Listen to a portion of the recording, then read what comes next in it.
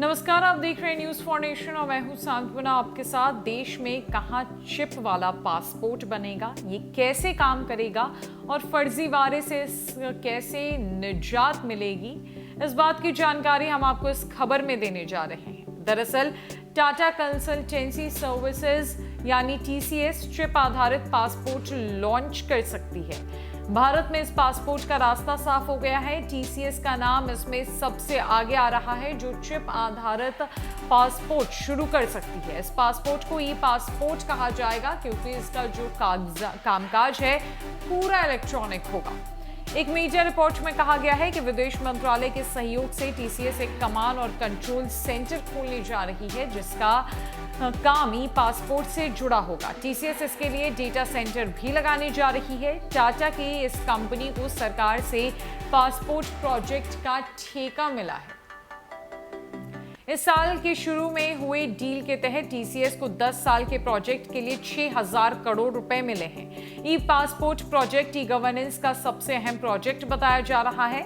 तो आइए सबसे पहले जानते हैं कि ई पासपोर्ट क्या है और ये कैसा होता है। जैसा कि नाम से स्पष्ट है, ऐसा पासपोर्ट जो इलेक्ट्रॉनिक माध्यमों से काम करेगा उसे ई पासपोर्ट कहा जाता है। भारत का ई पासपोर्ट भी ऐसा ही होगा। इस पासपोर्ट में इलेक्ट्रॉनिक चिप लगी होगी, जैसा आप मोबाइल के सिम में देखते हैं।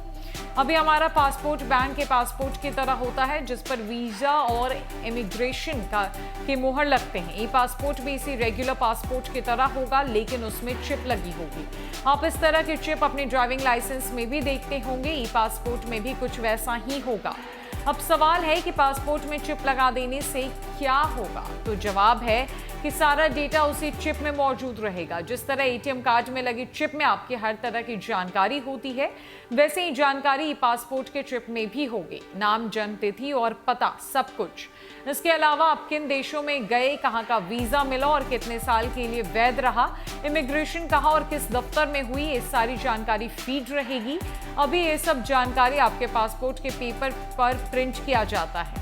अब ये सभी जानकारी पासपोर्ट के चिप में भी स्टोर की जाएगी।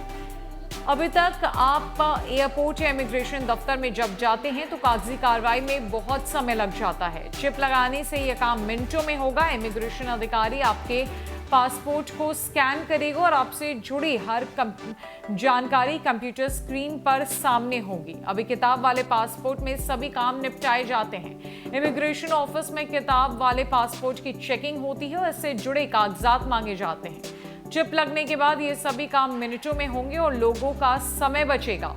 ऑनलाइन धोखाधड़ी और फ्रॉड अब आम बात हो चली है। ऐसे में सवाल है कि पासपोर्ट इससे कैसे जुदा होगा। एक सवाल यह भी खड़ा होता है कि क्या ई पासपोर्ट का डेटा का दुरुपयोग नहीं हो सकता। सवाल इसीलिए है क्योंकि डेटा स्टोरेज का काम प्राइवेट कंपनी के पास होगा। सरकार ने इसका जवाब देते हुए कहा है कि पासपोर्ट में दर्ज जानकारी को सरकार केवल पासपोर्ट जारी करने और उससे संबंधित सेवाओं के लिए करेगी। सरकार के मुताबिक ई पासपोर्ट के डेटा का दूसरा कोई इस्तेमाल नहीं कर पाएगा। डेटा की गोपनीयता का पूरा ख्याल रखा जाएगा। सरकार का कहना है कि ई पासपोर्ट से होने वाले हर काम या ट्रांजैक्शन डिजिटल सर्टिफिकेट के जरिए वेरीफाई होंगे। ई पासपोर्ट का हर काम वर्चुअल कोड में होगा, इसीलिए उसके लीकेज या फ्रॉड होने की आशंका नहीं रहेगी। ई पासपोर्ट में दर्ज सूचनाओं की सुरक्षा के लिए सरकार सिक्योरिटी ऑपरेशन सेंटर बनाएगी, जहां ये 24 घंटे डेटा की निगरानी की जाएगी। आपको बता दें कि ई पासपोर्ट से कोई छेड़खानी नहीं की जा सकती। ये बेहद सुरक्षित माध्यम है, पूरी तरीके से इलेक्ट्रॉनिक होगा, रेगुलर पासपोर्ट की तरह ही होगा, लेकिन इसमें एक चिप लगा होगा जिसमें आपकी सारी जानकारियां फीड होंगी। तो ये बड़ी पहल होगी सरकार की तरफ से।